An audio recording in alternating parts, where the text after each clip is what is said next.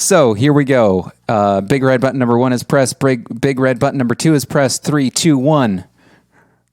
Mr. Dr. Ray, let's do this.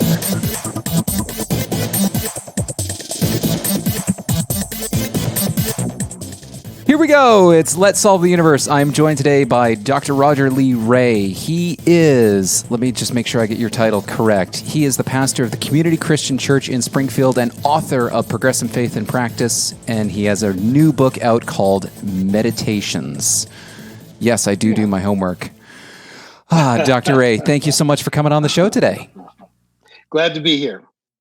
So you and I crossed paths originally on Twitter. I noticed that you had been commenting on one of Scott Santon's posts about universal basic income, and you had some very interesting takes on it from a,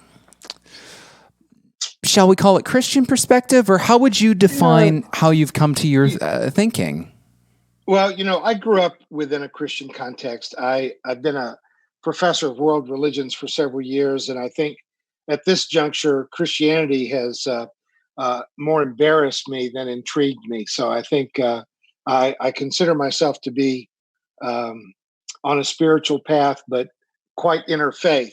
Although it's interesting that Scott often retweets sermons of mine and calls it UBI from a Christian perspective, and that's not wrong, in the sense that in as much as you can take New Testament material as being historical, and you shouldn't, the way Jesus is portrayed, he has a real indifference about possession and money and taxation and a passion for the poor, which in a small primitive context is obviously admirable. But, in a country of 350 million people, that perspective gets a lot more complicated. I don't know if I answered your question or not, did I? No, it raises a few more questions, and this is exactly where I want to take things. I think I'll just give you a little bit of background about me too. When I grew up, I came from a Catholic family. I say Catholic light. I'm going to embarrass my mother and father now because we didn't always go to church. However, I did run a lot of the masses for my high school as part of the audiovisual crew, so I had to go to mass twice each month, or however often we had it. But definitely found myself, just searching for different faiths along the way and a belief system that works for me. But I find it interesting that you bring up the idea of Jesus having an affinity for the poor, because that's something I've always tried to reconcile between our current capitalist system that we have and the great faith or belief in Jesus that some leaders or some, let's say either politicians or community leaders or however you want to define them, they seem to have this dual, almost this I don't know, duality where they have the strong faith in Jesus or proclaim to have that, but then at the same time, as soon as it's time to say, well, we need to help and support the poor, aside from a bake sale, we really can't be bothered. The poor need to pull themselves up by their bootstraps, right? Damn them for being poor. Yeah, I understand exactly what you're saying.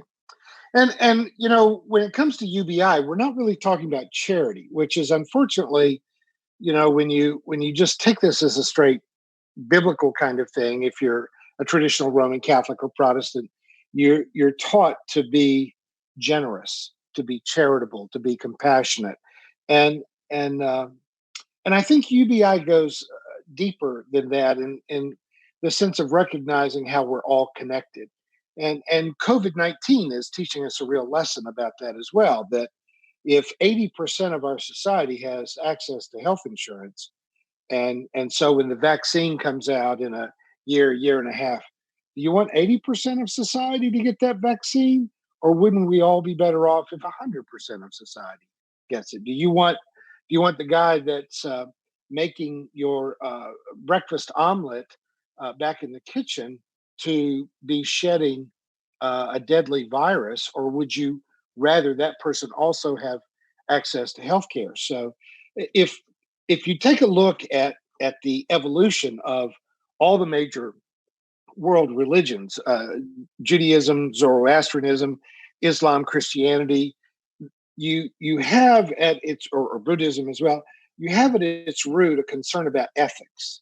And I think it's always later generations. And in the Jesus tradition, uh, I'm not even sure that Jesus of Nazareth was an especially religious person, but he appears to have been quite concerned about ethics. But two, three, four generations later, they get turned into a symbol of life after death, which, the ultimate pie in the sky sales job of any religion is that this world doesn't matter and all that matters is the world to come, which we don't have any evidence actually exists. But if you're questioning why would a minister be interested in UBI, if you pay attention to the core teachings of Judaism, Zoroastrianism, Islam, Buddhism, Christianity, what's at the root of it is always a radical compassion that is concerned for the full humanity of every other person, regardless of sexual orientation or gender or race or abilities. And so our society that in some ways um, Christianity gave birth to capitalism, um, and then was eaten by its children. That the way we are expressing capitalism is a violation of core human ethics, regardless of your religious tradition. But if you take your religious tradition seriously, how could you how could you ever feel good about locking the front door of your house when you know that within 5 miles of your house there's 600 people sleeping under bridges and in sewer culverts?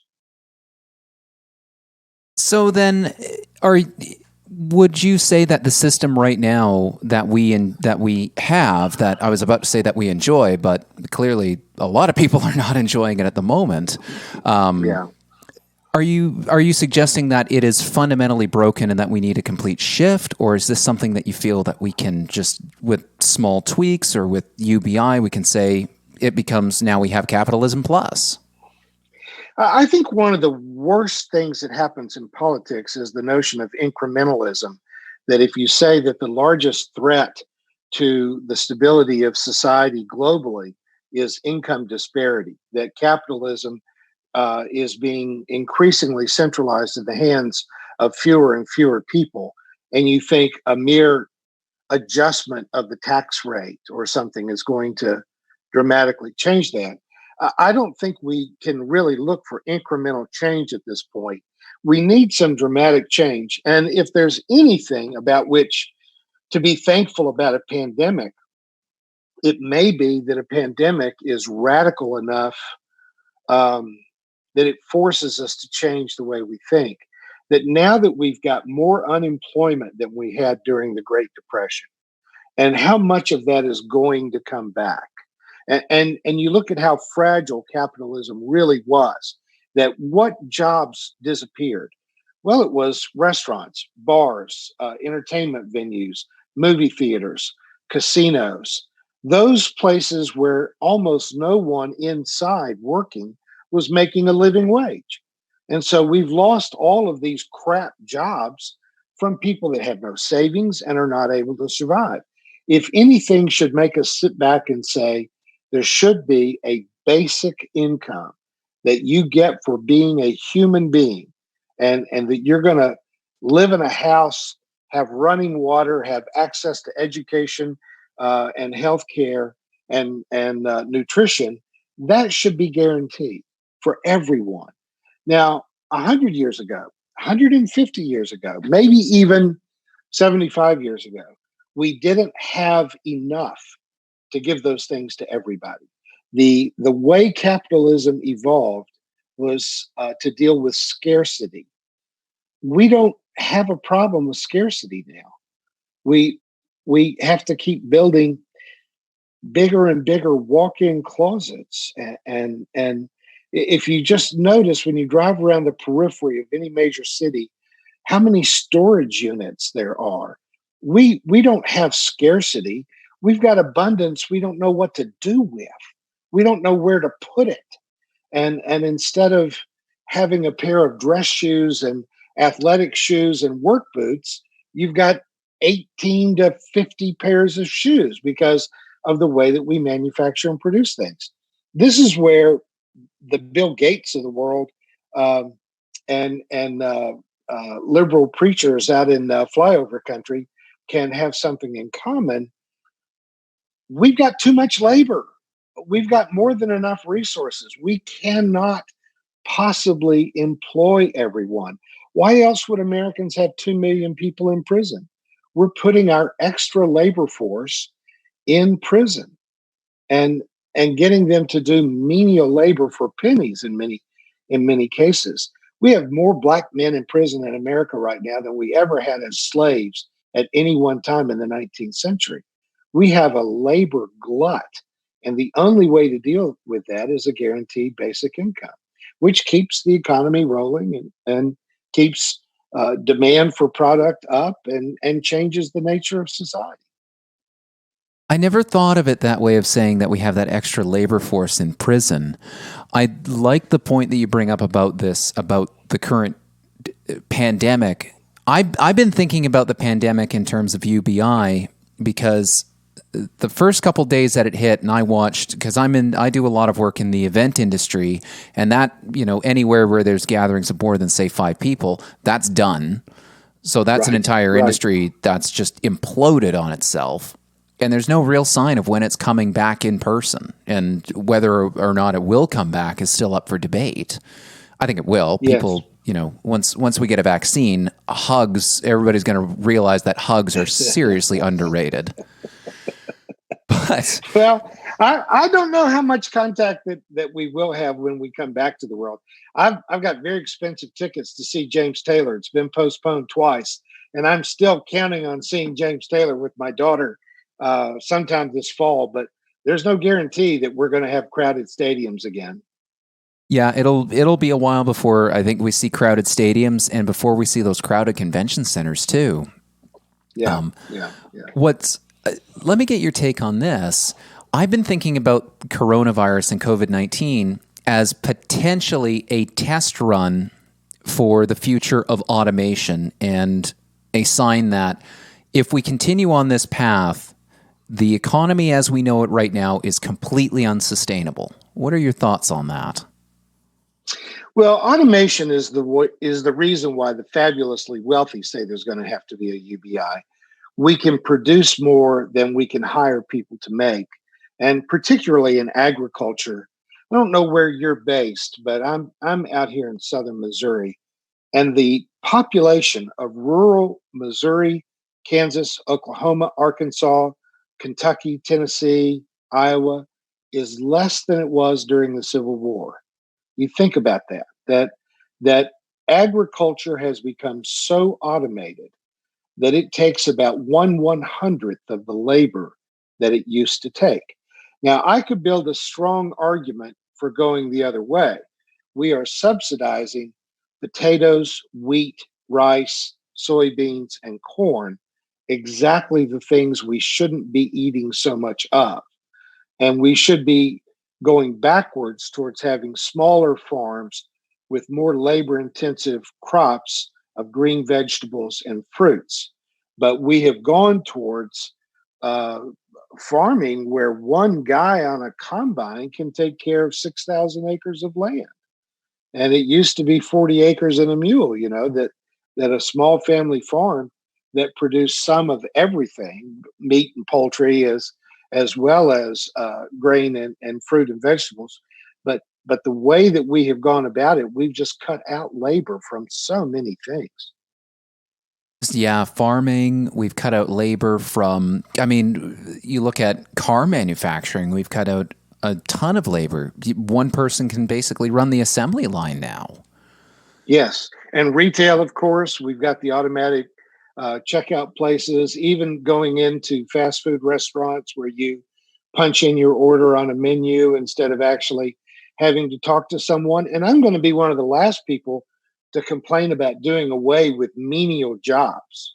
I I, I don't want to take my stand defending standing at the fry machine at McDonald's.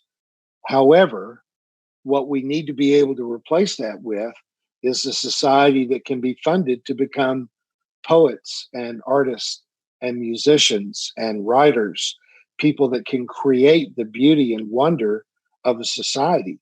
You think about when you travel, if you go to a country you've never been to before, what do you go see? What is it? What is it that makes travel interesting?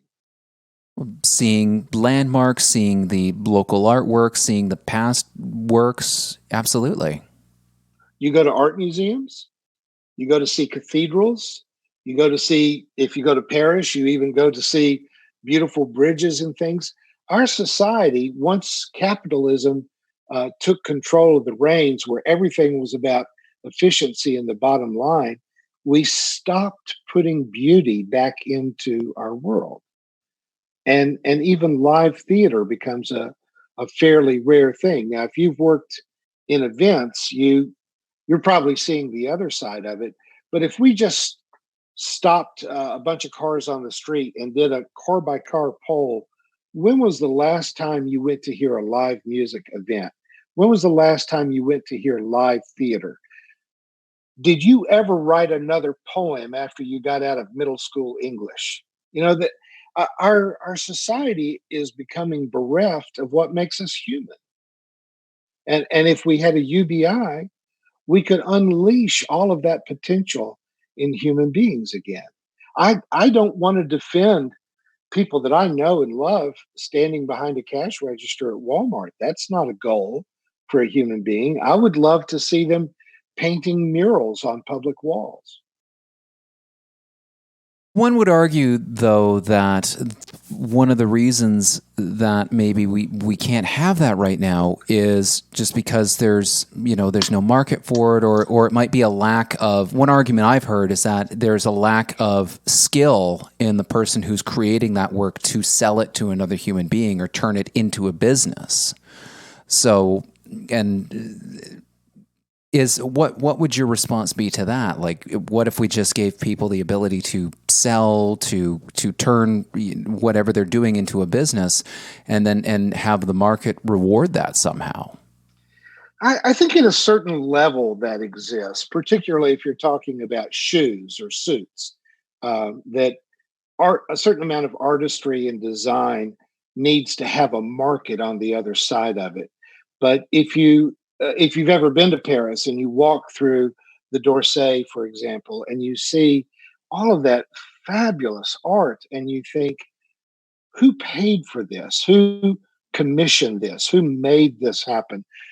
Sometimes it was out of charity, but it wasn't. In very many cases, it was not a commercial event. That's why so many history museums have a tremendous amount of religious art, because the church was able to commission the artist to do the work. You know, a lot of those popular subjects of paintings and sculpture were not out of devotion to biblical characters. It was that they portrayed something that was challenging to the artist and inspiring to the artist. And um, some of them are dead sexy, but they end up with arrows poking out of them that makes it a story of a saint rather than just a study of the human form. But I'm all I'm saying is we've crushed the artistic creative side of what it means to be human out of our society by always drawing to the bottom line. Even when you think about healthcare, that if being sick becomes something that you profit from, isn't that a twisted way of seeing healthcare? And I don't know if you're aware of this. Forgive me if I'm talking too much. You did call to interview me, though, didn't you? So I guess it's okay. Go for it. We have people in New York going out at 7 o'clock in the evening and applauding, blowing car horns, beating pans together. as a laudatory gesture towards the doctors and nurses and respiratory therapists and healthcare people that are risking their lives going into the hospitals. But some of those doctors are my friends. And let me tell you something. They got a notice this week that they're not going to be paid for the month of April.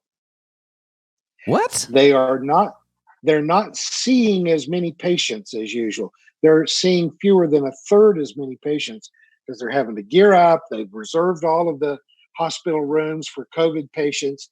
They're not getting to do elective surgery. They're not doing rhinoplasty and breast implants.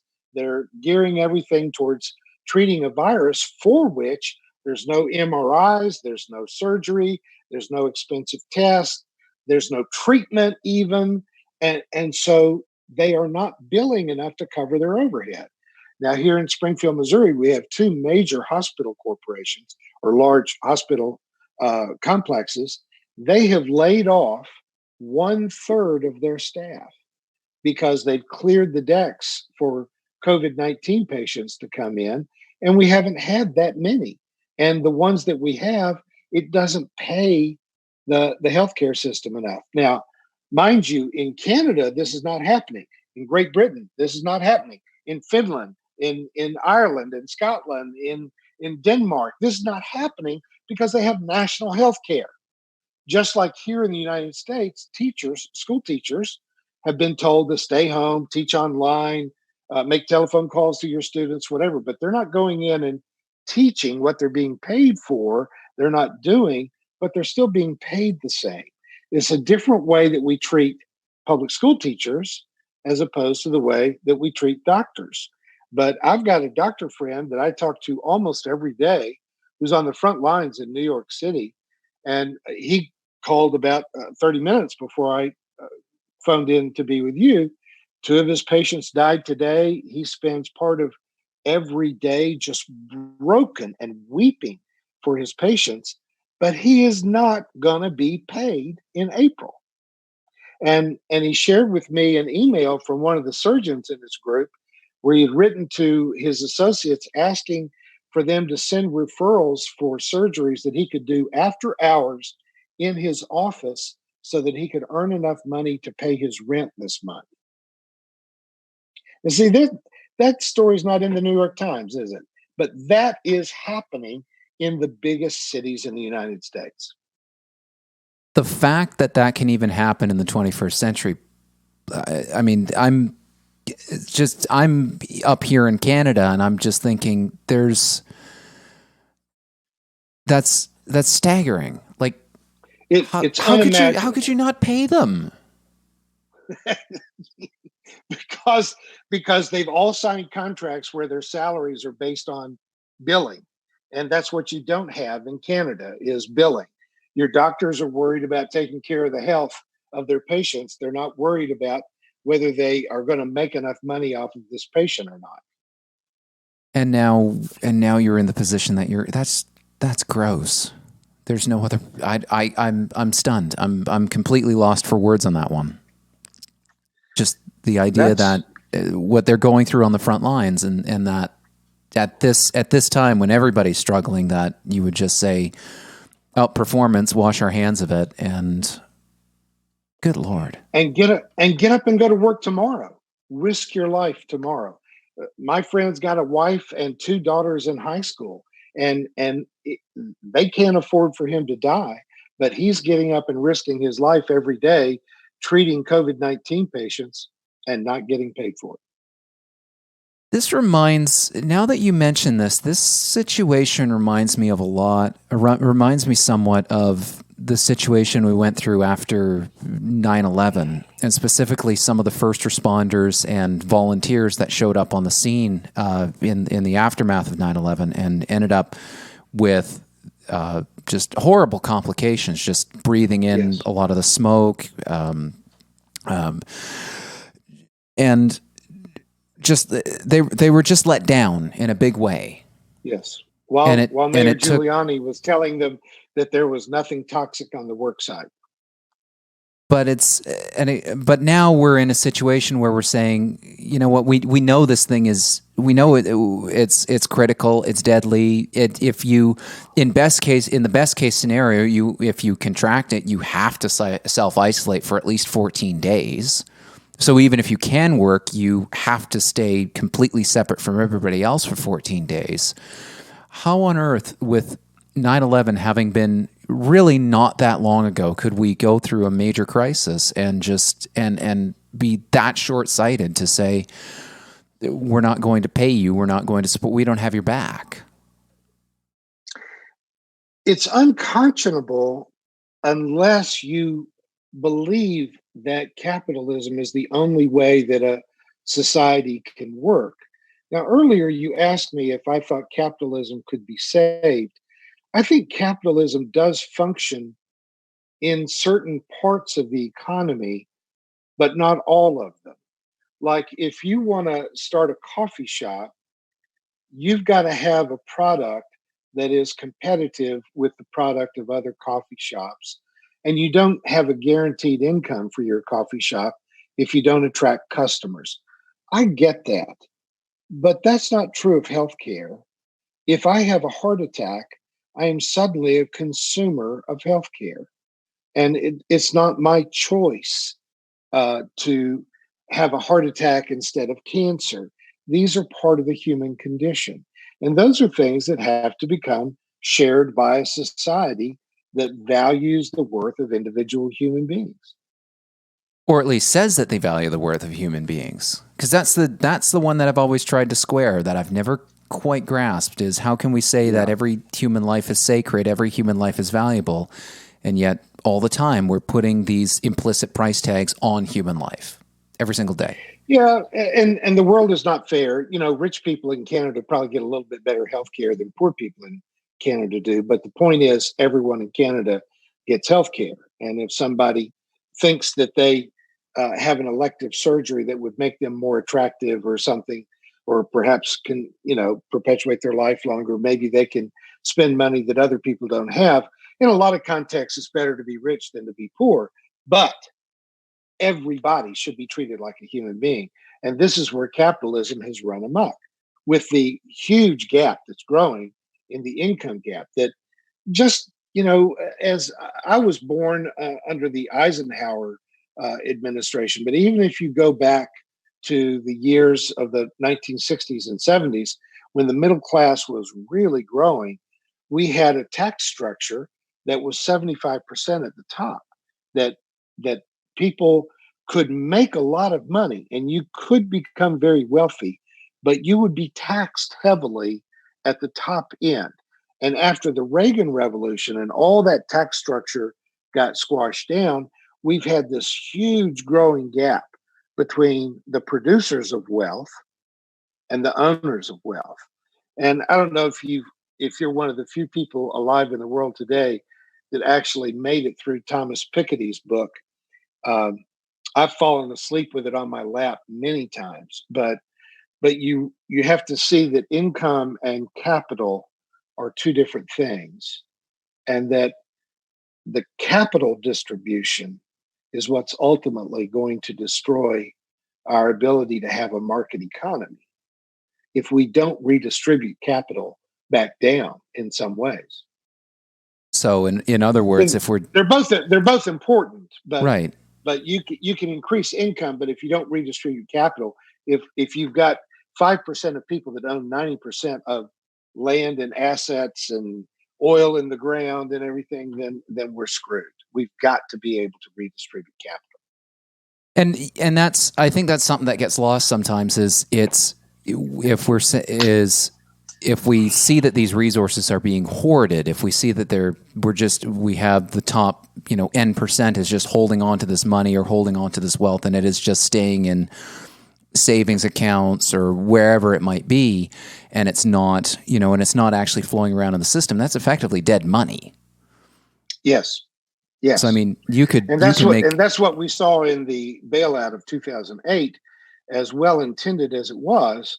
Um, and and here again, I hate people like me are not supposed to be critical of Barack Obama, but I'm afraid I have been. that when you realize that there are people that have got bad mortgages, they've got a mortgage that's going to go up, and they're not going to be able to take that step up. Their income didn't go up as the next step of that mortgage went up, so their home's going to be repossessed. Now, Obama sees this on the landscape as the housing bubble has popped and the economy is falling apart. You're going to have to do something. There's two things you could do. One is you refinance all of those loans so that they don't go up. You refinance everybody's loan at 3%, for example. So the bank is going to get their money and the homeowner gets to keep their home. Or the other way you do it is you give huge grants to the banks and let them work it out, which is what he chose to do. And they gave themselves huge bonuses and then went ahead and repossessed hundreds of thousands of houses and put people on the street. Now, that's not a Democrat. That's not a democratic socialist. That's not a liberal way of solving a problem. That's a corporate way of solving problems. They put the money in at the top and hope that they would do the right thing. The majority of that money didn't even stay in the United States. It went into offshore bank accounts. It went into stock buybacks. It went into bonuses for executives. It was a huge waste of money. And I'm afraid the stimulus packages that have been passed are very much the same.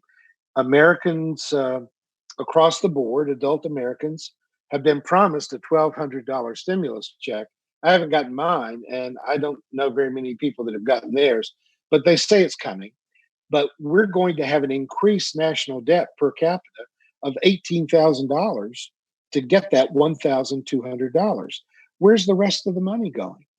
I mean, I'm serious. Where is the rest of the money going? Well, there's also this stimulus and bailout too of all of other industries like airlines and banks again. And for God's sake, the cruise lines.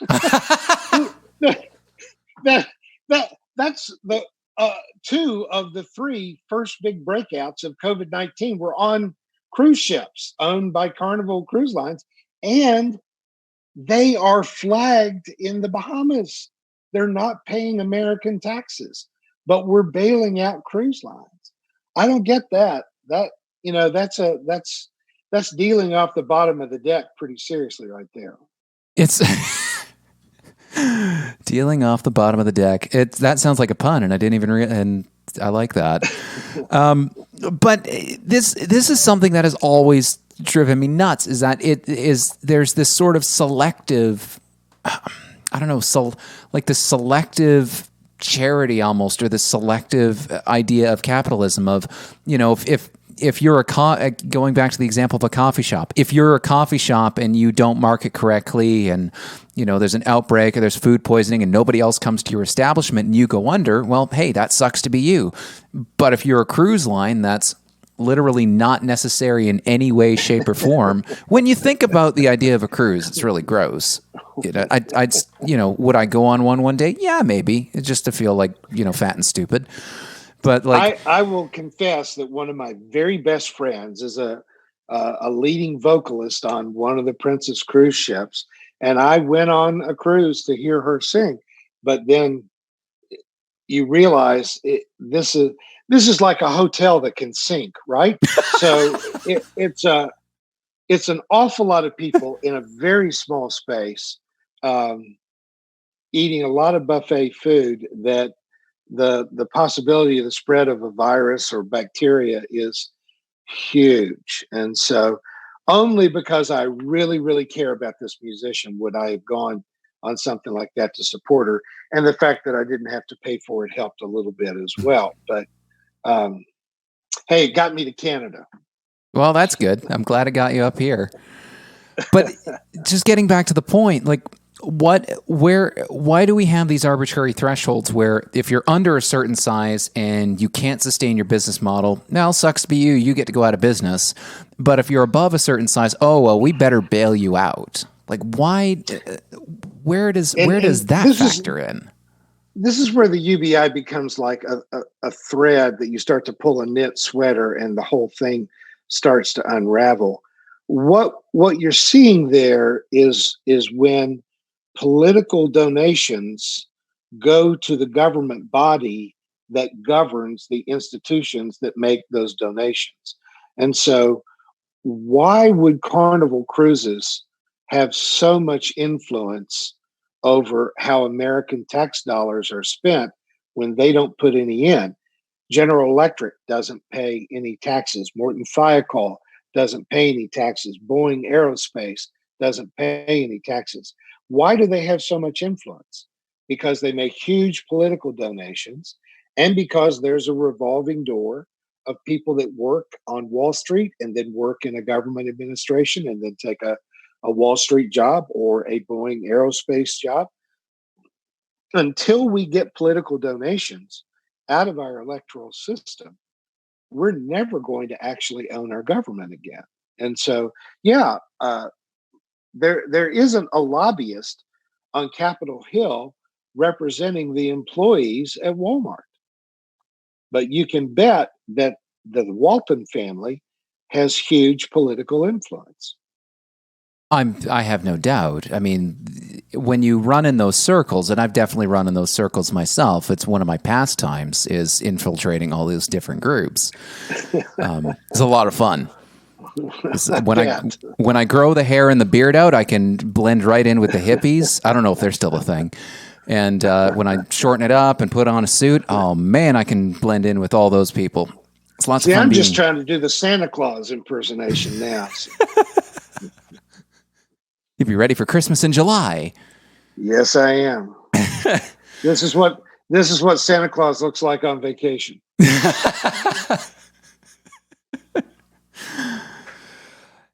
How do we get that? I mean, aside from here's a thought about the political donations. Let's say we had a system where we said, you know what, we're going to get rid of all political donations. You cannot donate to political campaigns anymore. It's or we get rid of lobbying. Public somehow.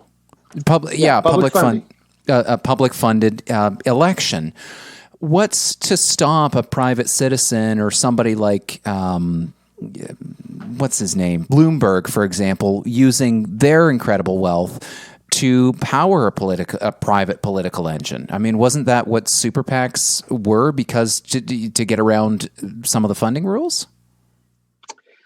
Super PACs, especially, you have strict regulations on PACs, and then you invent something called a super PAC, and the super PAC just doesn't have any rules regulating it. And a super PAC ostensibly cannot coordinate with the candidate,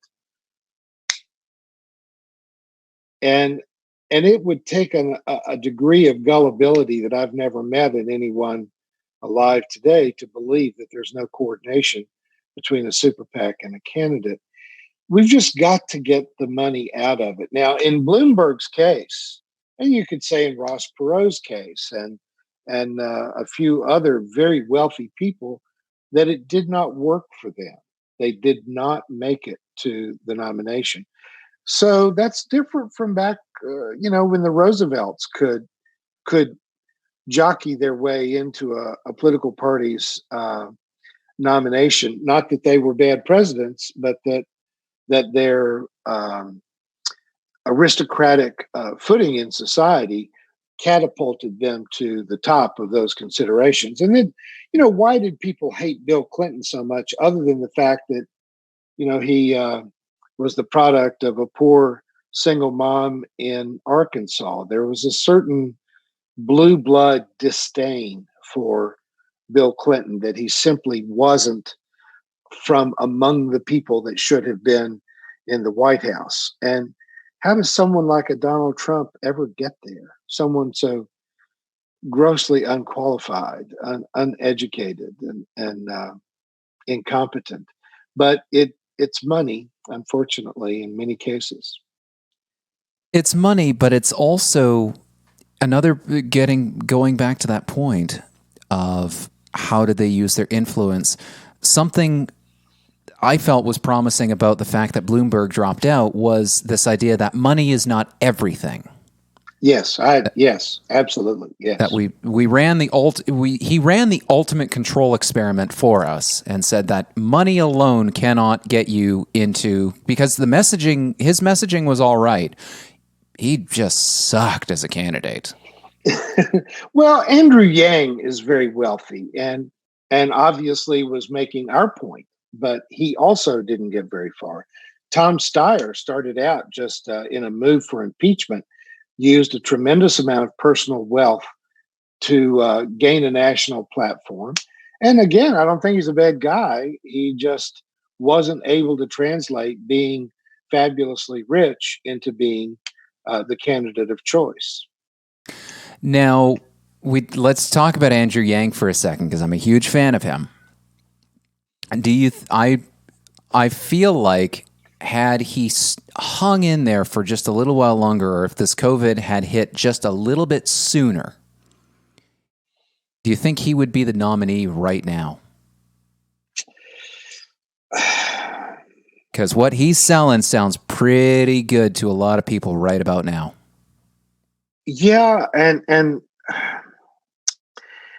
this conversation could quickly become like a snake eating its own tail. Mm-hmm. People like you and me are crazy about people like Andrew Yang, and we want to see them succeed. Their message is massively logical. It obviously would solve a tremendous number of problems in not just American society, but globally. So why didn't 98% of America wake up at some point? Why did Andrew Yang hang around 1% and 2% in the polls?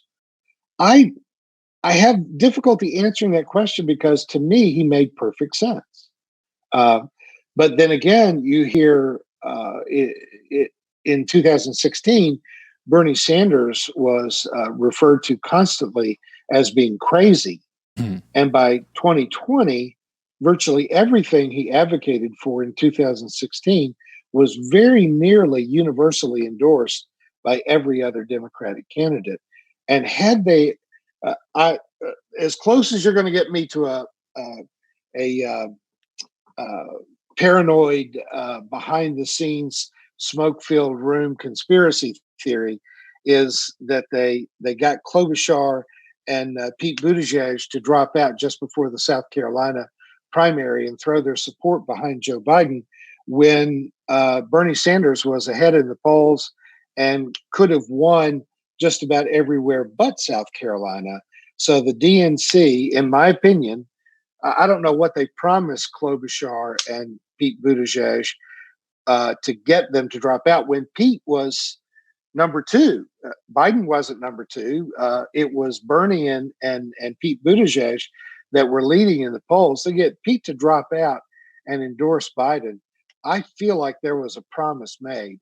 And I probably shouldn't say this out loud, but I feel like Amy Klobuchar was promised the vice president post in order to get her to drop out of the race at that time. And it wouldn't surprise me if Pete gets to be Secretary of State or Attorney General, because I think they were promised something to get them out of the race. That swung it from Bernie to Biden. And I don't know if you heard Biden's interview on Morning Joe this morning as he was trying to explain the sexual assault allegation against him. But, you know, I worked in a mental health center when I was in graduate school, and the schizophrenics didn't pour out more word salad than Joe Biden does in an interview. Oh, no. That probably didn't sound very nice, did it? I'm ordained. Do you remember? I'm ordained. I am officially, professionally a nice man, but Joe Biden just doesn't sound like he's all there. There's something up with him. I don't know what it is. It's just it's funny that they would drop. And by the way, I'm 100% in agreement with you about that hypothesis. I think because you listened to their messaging before that primary, you listened to it after, and it was completely different. It was kind of like, whoa, what the hell happened here, kind of thing. And What's Yeah, funniest about it and is that with Biden as the nominee, I mean he's not officially the nominee yet. We'll see if that happens. I when it's a still one horse race, it's not hard to figure out who's going to win. well, that's true. And it is the DNC. And last 2016, they kind of made up their mind then. Unfortunately, I think I don't understand how they could look at Biden and go, yes, this is, and even be guaranteed, even if they were guaranteed a job, if Biden were to be the nominee and win the presidency, it's like this guy is not going to win the presidency. It's just not going to happen. He doesn't resonate with the average person, and I don't know. He's not in terms of progressive. No. He's been on the wrong side of every ethical issue, with the exception being that in 2018, no, wait a minute, 2015, when he just let slip that he favored same-sex marriage, and it put the ball into Obama's court, where Obama had to finally quit straddling the fence and had to say that he also favored it, and then we get a Supreme Court decision. But if you go back to the battles over school integration through busing, he was opposed to that. He was a close friend to segregationists in North and South Carolina. I remember listening to every minute of the Anita Hill interrogation during Clarence Thomas's nomination process to the Supreme Court. He savaged Anita Hill when he chaired that committee. He's been on the wrong side of every ethical issue in the Senate, right down to voting for the invasion of Iraq. For what? That was a war crime. Why did we invade Iraq? It's inexcusable. And now this guy is being nominated to be the president, and he's claiming to be claiming to have progressive bona fides. The other thing, I mean, obviously, Klobuchar and Buttigieg dropped out just before the race, but Warren dropped out after, and she's going to endorse a candidate, right? So there's two candidates left. There's Biden and there's Bernie Sanders, and Elizabeth Warren claims to be a leading American progressive, and she couldn't figure out which one of those candidates to endorse. Yeah, I don't think so. How's that a choice? How did you take 5 minutes alone and not come down with a choice in that case? And I've read Elizabeth Warren's autobiographies. I've liked her. You know, she's said and done a lot of good things about bankruptcy legislation and banking controls. There's a lot of things to like about Elizabeth Warren, but in that moment, when she couldn't figure out between Biden and Sanders which one to endorse, I'm like, I'm done. Elizabeth and I are broken up now. I don't know if she's noticed, but we've broken up. That's a good way to put it. Yeah. Let's get back to the basic income for a second. It's because there's a lot of conflicting thoughts here. As a Canadian, we're trained to apologize for everything. But I've visited your country. Every time I go to America, I have an awesome experience, especially when I go for barbecue. It's just, I don't know what it is. Yes. South Carolina. Go to South Carolina. I don't know what it is, but you Americans know barbecue better than anywhere else in the world. It is delicious. So, but the one thing that strikes me when I visit America, and I contrast this to when I visited some of the Nordic countries like Iceland and Finland, is in America there seems to be this sense of the individual is the number one most important thing. At least that's the vibe that I get. And why should I give a damn about you, Mr. Roger Ray? Why should I care about you? I am the most important thing. Why should I ever have to pay for why should anything you do have any impact on me? Why should I be responsible for paying your health care? You break your elbow, well, sucks to be you. Go deal with it. Yeah, yeah, yeah. It does strike you as odd, doesn't it? Especially if you travel in southern states or here in the Midwest, there's a church on every corner, and still people believe in this rugged individualism and I got mine and screw you. That was one of the things in the nominating process that I really, really appreciated when they went to Nevada for their primary, and the Hotel Service Workers Union sent out emails and text messages to all their members telling them to vote for anyone but Bernie, because universal health care would take away this primo health care program that they had fought for years and defended and got funded. But when they actually went into the polling place to vote, the union members voted for Bernie because they said it's not fair for me to have premium health care when my cousin or my neighbor doesn't have health care at all. It's an ethical understanding that at the base, most human beings understand, but you can get it trained out of you. You get that. Like, I've always tried to ask my congregation to imagine that if instead of a country of 340 million people, you were shipwrecked on an island with 100 people, you have just 100 people on the island, would you build a giant house for two people and leave 50 people sleeping in the jungle? No, you would build shelter for all 100 people. And there are people that are good at building, there are people that are good at cutting hair, there are people that are good at cooking, and everybody would contribute to the survival of those 100 people on the island. You give it 20 years, maybe one of them has accomplished more than someone else and might have a somewhat more comfortable life than others, but they would take care of the young, they would take care of the elderly, they would take care of the sick, and you wouldn't need an army or a police force to enforce that kind of justice, because in 100 people, everybody knows everybody, and your instincts take over. You recognize we're all connected.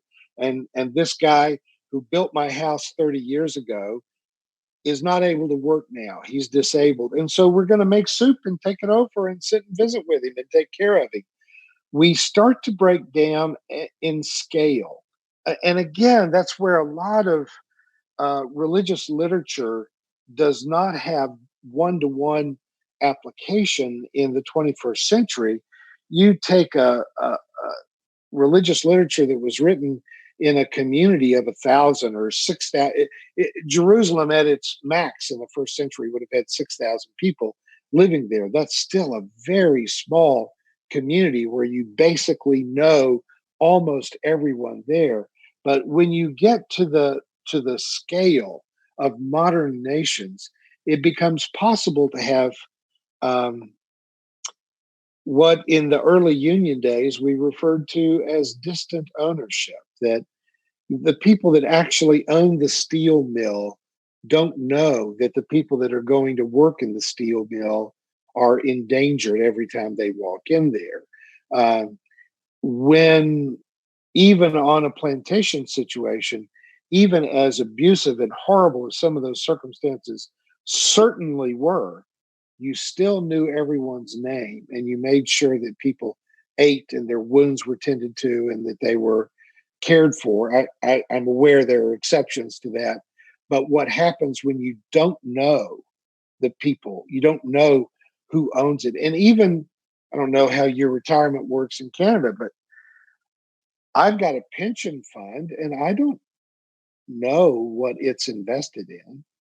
I, I I could own stock in military industrial complex and I wouldn't necessarily know it.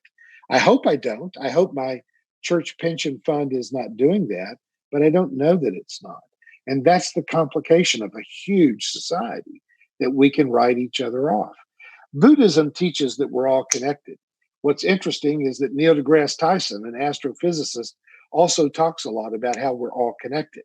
That at the base level of of human existence, we're comprised of 12 particles of matter held together by 4 forces of nature. So we are connected to each other biologically, we're connected to the earth chemically, we're connected even to the stars atomically. We've got to recognize that in reality, I'm not entirely healthy if you are sick and don't have health care. I'm better off if you're better off. Right. And maybe it is okay to say, you know what, everybody contributes, and it as a Canadian, and thinking about this and saying this out loud, it seems a little bit wacky at times, and I think the perception sometimes of Canada is, oh, it's this socialist paradise. Not so much. Things have gotten a little bit weird here.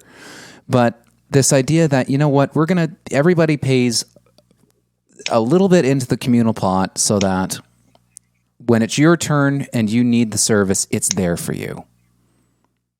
Yes. And it's not a socialist paradise, but you can walk around Quebec City for 2 days and not encounter a single beggar. Try that in Mexico City. Mm. The truth is, there are countries that are making it work.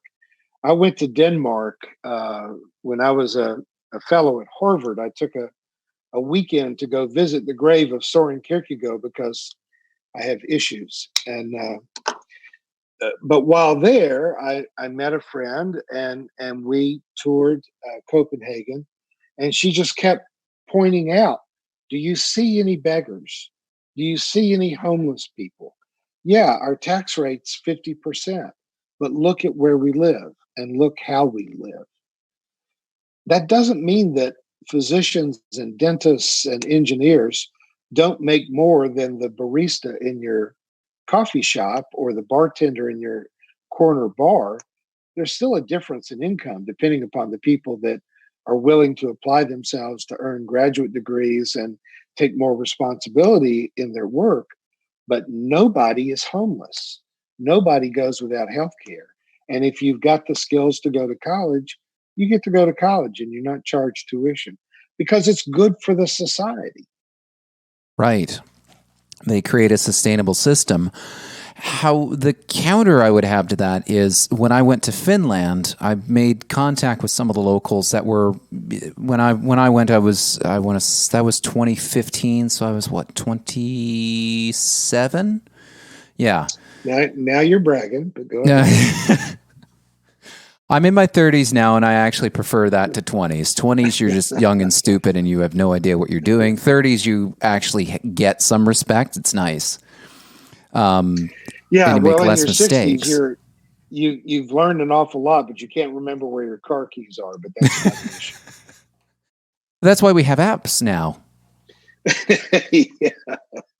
But when I was in Finland, I made contact with some people that were around my age. That one of the issues that they had, and something that I did notice around there, was they certainly had a high tax rate. They made no bones about that, and it was accepted as like, this is our tax rate. But the two things struck me.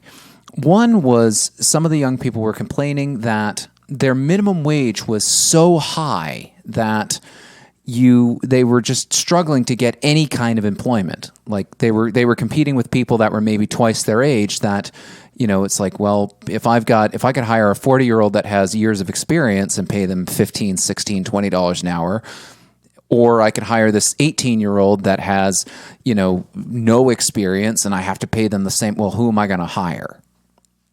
So that was one of the complaints that they had.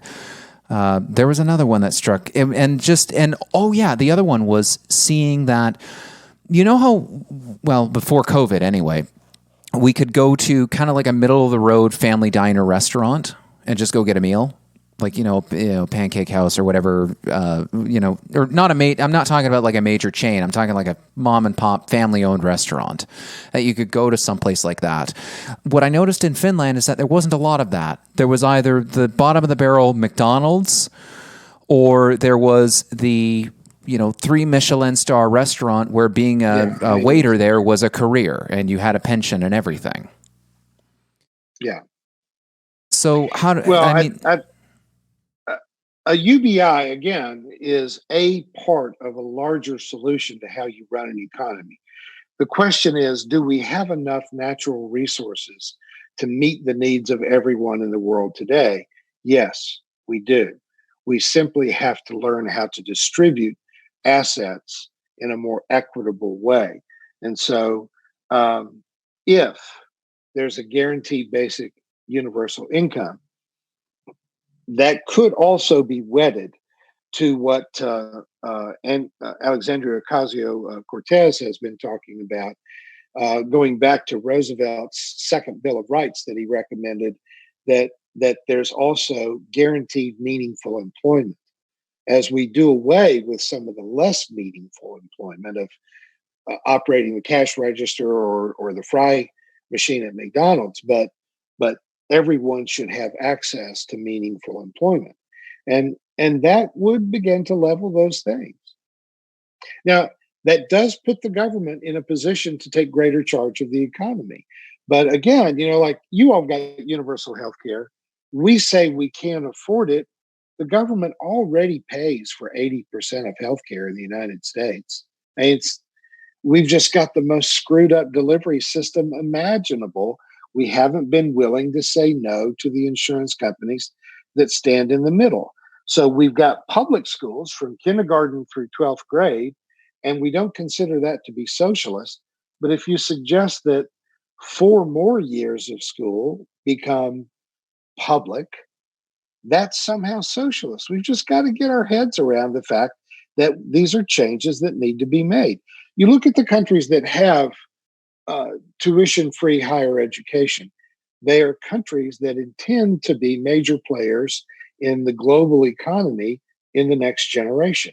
They need to have an educated constituency. In the United States, we're cutting our noses off to spite our faces, and we're turning other countries, China and Germany in particular, into the world leaders of the economy. And we're basically surrendering our position of leadership out of short sighted greed. I want to explore this idea of the guaranteed meaningful employment, because that seems like an area where we could get into a little bit of danger. I like the idea of the universal basic income. I'm not so sure about the guaranteed meaningful employment. What might be meaningful in terms of employment to me, or what might be meaningful in terms of employment to me, might be totally different from yourself, and it might be completely different from somebody who maybe their maximal skill level is operating the cash register or operating the fryer at McDonald's. That's the limit on that's the mental capacity limit as to what they can do. So do you think that if we're saying guaranteed meaningful employment, when I hear Now, that, go ahead. I'm not saying we're all going to die and go to heaven tomorrow. But you think about in Iowa, where the governor is forcing the people in the meat packing industry to go back to work, and the president is offering a guarantee waiver of liability, so that you've already got 80 people in one plant that have come down with COVID-19. 7 or 8 of them have died. They're telling the other 6,000 people they've got to go back to work. And if you get COVID-19 at work, you cannot sue the employer for forcing you back to work. This is a horrible thing that's happening in Iowa, as if living in Iowa is not punishment enough. But you say, why is it COVID-19 so rampant in meat packing? Well, where else is it rampant? Nursing homes and prisons, where you put too many people in too small a space without giving them any personal protection from the spread of the virus. That is what's happening in the meat packing industry.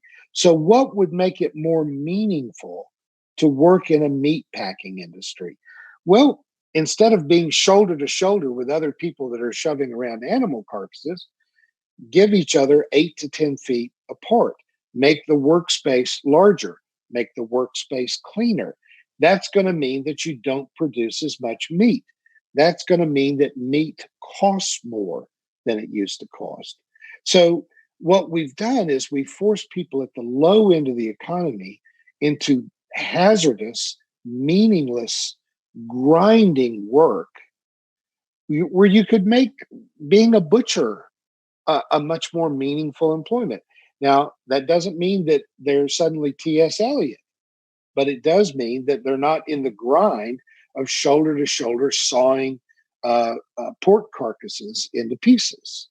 And again, that may not be a utopian, meaningful employment, but it is safe and it is remunerated in a fair way, and it's a human situation.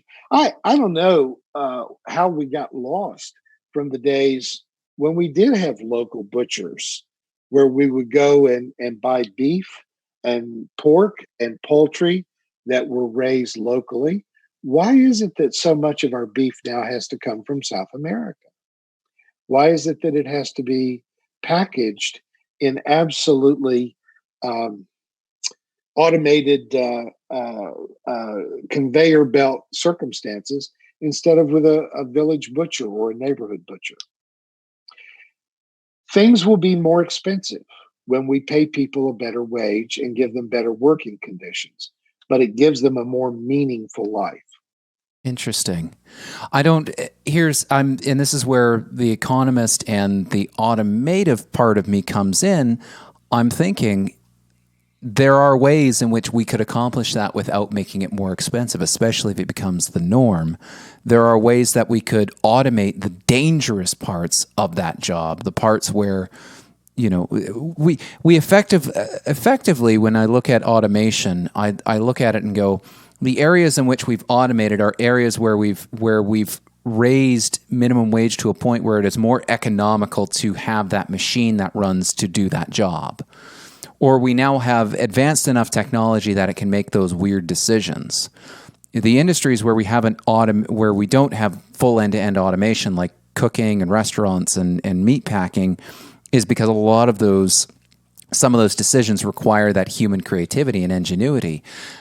But that will get to a point, though, where we're gonna find a way to automate everything. That's just what we do as a society. Everything basically every major invention you can look at is, how can we do something more efficiently than we did before? And I feel like there's a way to marry these concepts. I wonder if part of the solution, if we were to go down the road of universal basic income, is to now say, does that mean that there is no more need for a minimum wage as well? That's an idea I've been throwing about in my head. What do you think about that one?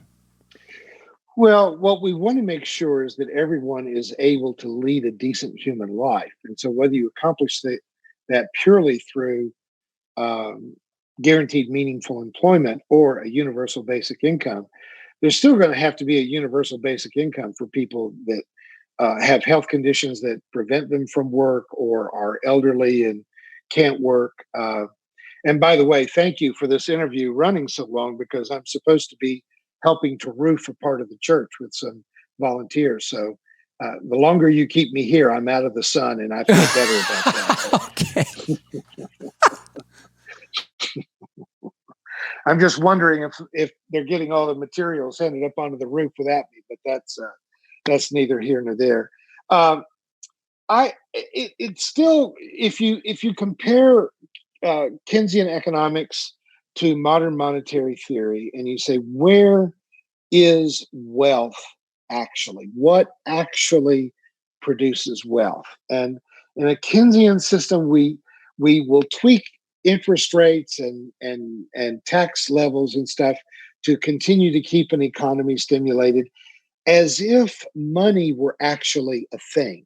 And that's what I love about Alan Watts' approach to that. He said, it's money. Money doesn't actually exist. It's an agreed upon concept. A carpenter never gets told, "We're not going to finish building the house today because we ran out of inches."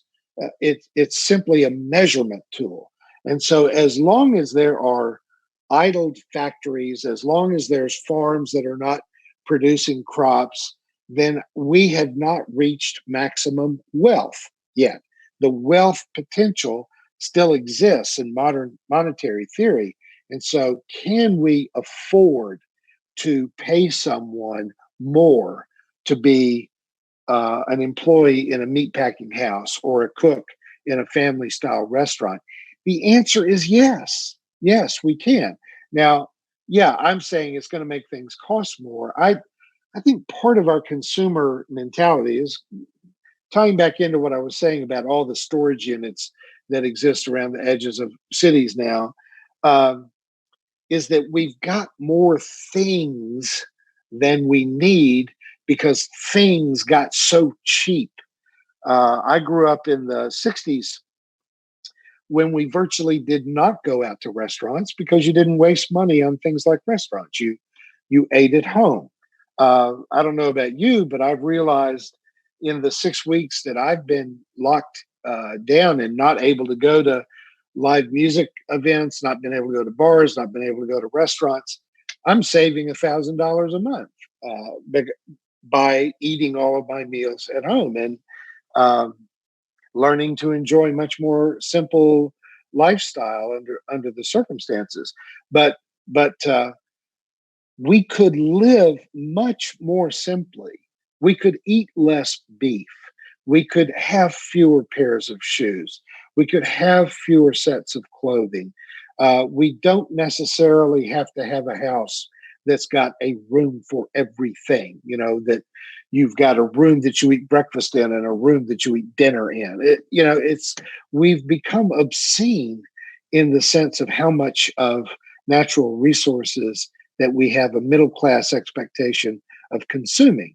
I think we can all live much more simply and be much happier for it, and not have people living under bridges and in sewer culverts. We could potentially have a better and here's the thing, a sustainable society as well. How many Yes, more yes. how many more bank bailouts can we afford as a people? Because we did it in Canada, there's the bank bailouts in the States. Certainly that effect did not go unnoticed in Canada. We made our own interesting decisions during that period. We bailed out General Motors, I believe. We were on the hook for that one. And it's like, how many more, you figure 2008 was not that long ago, and we've never really recovered from it in a meaningful way. At least most people didn't. And now we're into 2020. Coronavirus is hitting. We're not sure how long this is going to go on for. What's going to happen in 2030? We can't just go and then and for God's sakes, in the early 2000s, we had the dot-com bubble too. And a whole bunch of companies that just straight up lied and cooked the books. And again, taxpayers are on the hook for that. Keynesian economics arose after the Great Depression, and it did help to develop a middle class in the years following World War II. But it is not applicable to 21st century circumstances or technology. Our ability to automate and to cut out a lot of that labor that was necessary back when. So we are going to have to change our economic thinking. At some point we have to. I'm in 100% agreement with that, because we can't, the way things are, we can't just say, well, we're going to infinitely print money, because that's not going to work. Then we're back to hyperinflation, and that just screws everybody over. I don't know. There's got to be a better way to this. I'm really hopeful that I know that Andrew Yang, I believe he's now a CNN correspondent, right? Is he? I hadn't heard that. I think he got signed on with CNN, which is amazing. That means he's playing the long game, which 2024, here we come. He'll be the candidate then. Visibility will help. Yeah. It's amazing. When I was in graduate school, when Ronald Reagan was running for president, and my friends and I were all like, he was not even a good actor. He made really bad movies with monkeys and stuff. There's absolutely no way he could hold the highest elected office in the land. Well, he did, and he got there on the strength, by and large, of name recognition and personal fame. Donald Trump then translates a reality TV show into a successful bid for president. How could that possibly happen? But then again, look who the Prime Minister of Great Britain is. I mean, there's some very strange things that happen in politics, and it's one of the things that makes the general public being able to vote something that maybe we want to philosophize about later. Maybe Aristotle was right. I mean, you could also say the same thing about our own leader, Mr. Justin Trudeau. He's he's the son. I mean, he's the son of Pierre Elliott Trudeau, but for years he was seen as, he was the most appealing and one of the most visible out of all the politicians in Canada for a while. And when you look at him versus Mr. White Wonderbread's Mr. Stephen Harper, who was the Conservative leader, I mean, they just didn't hold a candle. Justin Trudeau had hair. Yes. He's handsome, he's athletic, he's articulate. There were a lot of things to like about him. And so he then tells us that he wants to pump a lot of really dirty crude out of the ground and ship it over our major waterways in the United States to be processed here, and we let him do it. You mentioned sustainability. Right now we have enough sunlight in Arizona and enough wind in Wyoming to supply all of the energy needs of the United States. All we would need to do is build the infrastructure and the transfer lines to do it.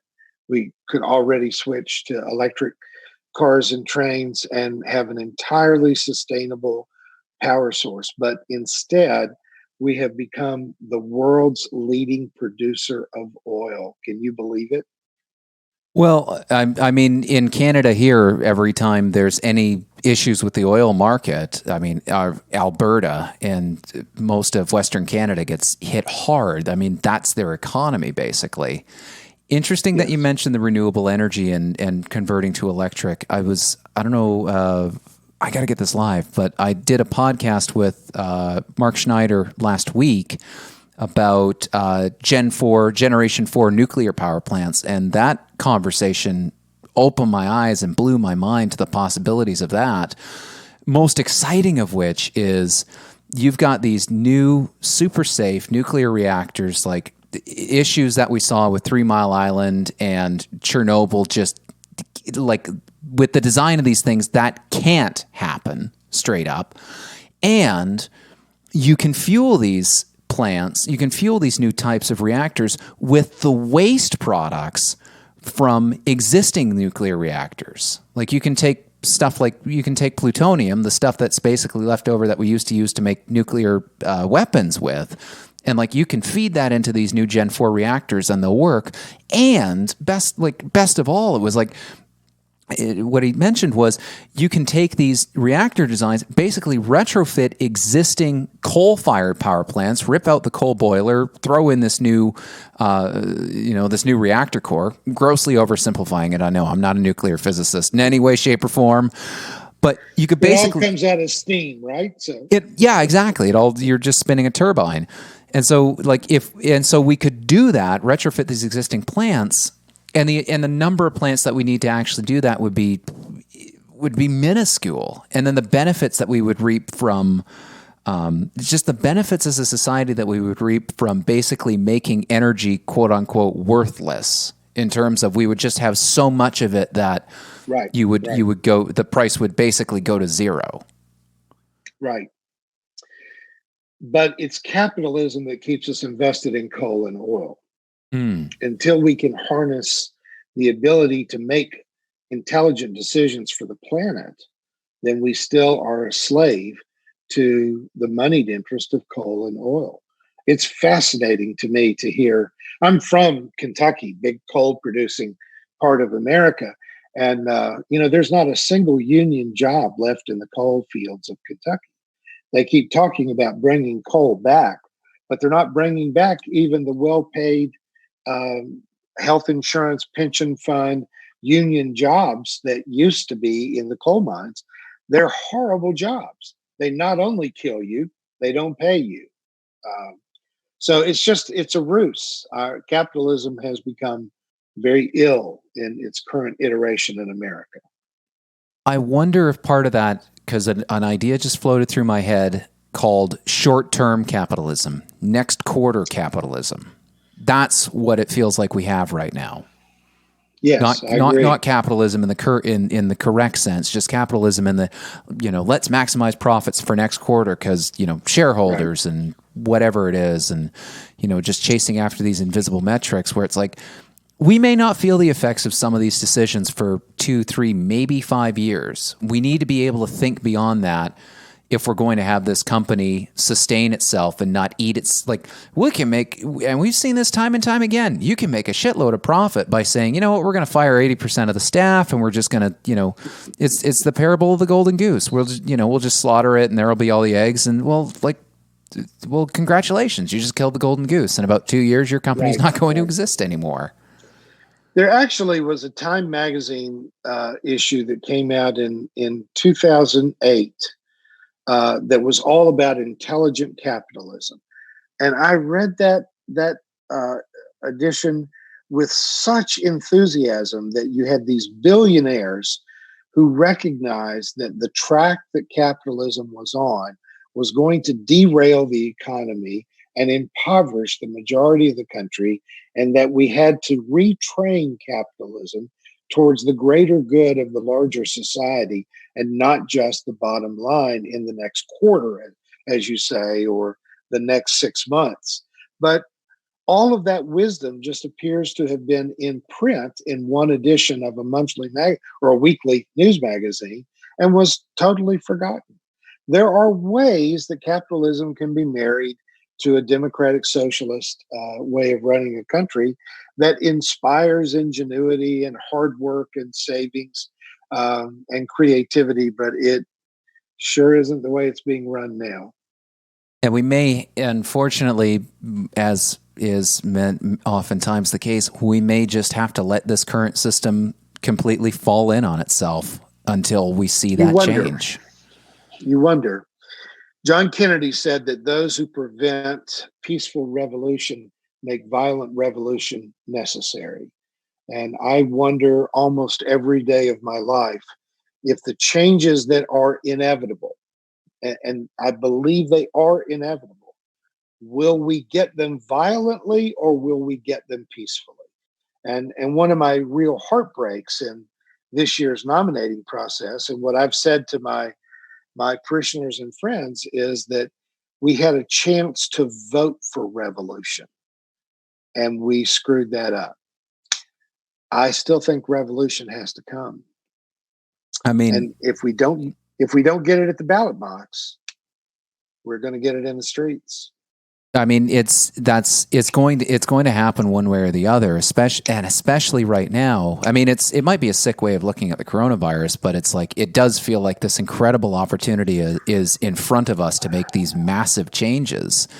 Especially, like, I was looking at one stat that was coming out of Alberta where it basically said, like, look, if we don't get this solved soon, we're going to be looking at something like 75% unemployment. You don't have next quarter if 75% of the workforce can't get a friggin' job. We went from 4% unemployment to 20% unemployment in 6 weeks. 6 weeks. Can you believe it? Yikes. Amazing. And But, that's but unemployment. an That's not awful the lot of them were jobless rate. horrible jobs. Yeah. Yeah. Oh. That's sheer job loss. 20%, 1 in 5. So what jobs are going to come back when this is all over? And speaking existentially, the church has been in decline writ large. Churches have been in decline for a century, pretty rapid decline since the end of the baby boom. But this will probably close a third of the churches in America. Which could be another form of a shakeout. Interesting. I think it is reflective of the changes in society. You think how the Spanish flu, the bubonic plague, they're the great plagues of society changed the way that people understood the meaning of life and death, changed their religious convictions. There's not a good religious answer to a plague, and I think the undermining of the world of faith that has been going on in the modern era is going to get accelerated by this pandemic. And maybe that's a good thing. If we get more people invested in the realities expressed in scientific inquiry over mythological thinking, that's not a bad thing. But if churches have taught ethics and civility, then their demise is not good for society writ large. Well, maybe they used to teach ethics and civility, but now, I'm just recalling some of my early experiences with the Catholic Church. There was a certain degree of that, of the ethics and civility, and this idea of, the general principles were good. To interpret them literally was, like I saw with some of the Pentecostal people that I hung out with at one time. That was a perversion of the religion. When you actually go through and I wonder how many people have actually, like, that purport to be religious, whatever faith you subscribe to, how many of them have actually gone through and read their religious literature, their scriptures? How many people have actually gone through and read the Bible, or at least the New Testament? If you're Catholic or a Christian, when's the last time you actually went through and read and read that New Testament, your book? Well, you do have to be careful with that, because it's not all that great. Abraham, as I like to tell folks, Abraham did not kill his son Yitzhak. However, Jephthah did sacrifice his daughter because he won in battle. So there's the good and the ugly in there. So you don't. I'm not sure how deeply invested the 21st century spiritual communities will be in their ancient religious literature. We're going to find new sources of wisdom. Hopefully, because there are a few stories that feel rather obsolete, I think is a nice, gentle way to say it. Yeah. But there are some good principles that stand the test of time. Sacrificing your virgin daughter for victory on the battlefield. That's that went by the wayside a long, long time ago. Yeah, that's probably for the best. Yeah, I can do without that. Oh man, I've only got one daughter. Yeah, yeah, that would be bad. No, I think there's better ways to try to get victory on the battlefield these days. So, yes, I do think that vital spiritual communities actually do have something to offer to society, where they do teach conscience, and unfortunately, that has not been a traditional part of mainstream denominations or the Catholic Church or Islam. I think Islam is ripe for a major reformation in this era. But I still think there's something to be said for the connectivity of spirituality. But see, I'm 63 years old, so and this building where I work is decorated with images of Gandhi and Black Elk and Dorothy Day and Martin Luther King. I remember the Berrigan brothers, and that's what I think of as Catholic leadership, and Thomas Merton, but not necessarily a lot of what we see, where the church has become simply the servant of power. Yeah, and I have to remind my peers around here every once in a while that Jesus wasn't crucified for being a moderate. That's a good way to put it. I like that. Yeah. Wow. We covered a lot more ground than I thought we were going to cover. I thought we were going to go just on basic income, but man, we went on a lot of different topics. I love this. Give it an hour and a half and a lot of things can happen. Huh? No kidding. But I should probably let you get to your roofing, shouldn't I? Well, there's probably people outside that would like for you to. Something tells me somebody on the inside doesn't want me to. I'm just not as good on a roof as I was a very few years ago. I'm just, but I probably should get out there and help them. I've enjoyed visiting with you. This has been an absolute pleasure. If where would you like people to go on the internet to find out more about you, Dr. Ray? Well, we've got a website. I've got a YouTube channel and an iTunes channel. If you go to YouTube and just search CCC Springfield, that's Community Christian Church Springfield, you come up to our channel, and I've got a big catalog of stuff on there. Unfortunately, not indexed where you could just go to UBI sermons and stuff like that, but there's a large catalog there. On iTunes, on their podcast, it's Progressive Faith Sermons, so you can find them there. And of course, I've got several books out you can find on Amazon.com. Excellent. I'll also make sure the blog article or the news article that Scott Santon's put out, I'll make sure to put that in the show notes as well. So for people watching the replay or listening to this, they'll be able to pull that up. I think what he linked to was a sermon I did on the UBI, and then he transcribed it into a manuscript. But I could have saved him a lot of work. I make those manuscripts available on request, but Scott's an eager guy. He's a very eager, hardworking guy, isn't he? He is. I really want to talk to him at some point. So, Scott, if you're listening, open invitation. Yeah, really.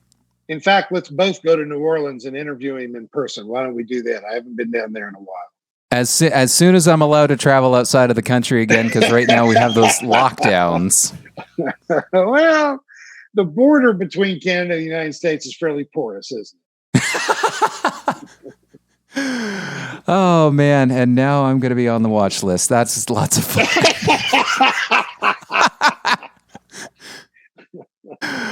Oh, this has been a blast. Thank you so much, Dr. Ray. I'll look forward to the next time. Bye-bye. Absolutely. Take care. We'll see you next time on Let's Solve the Universe, dear listener. Love you. Wash your hands.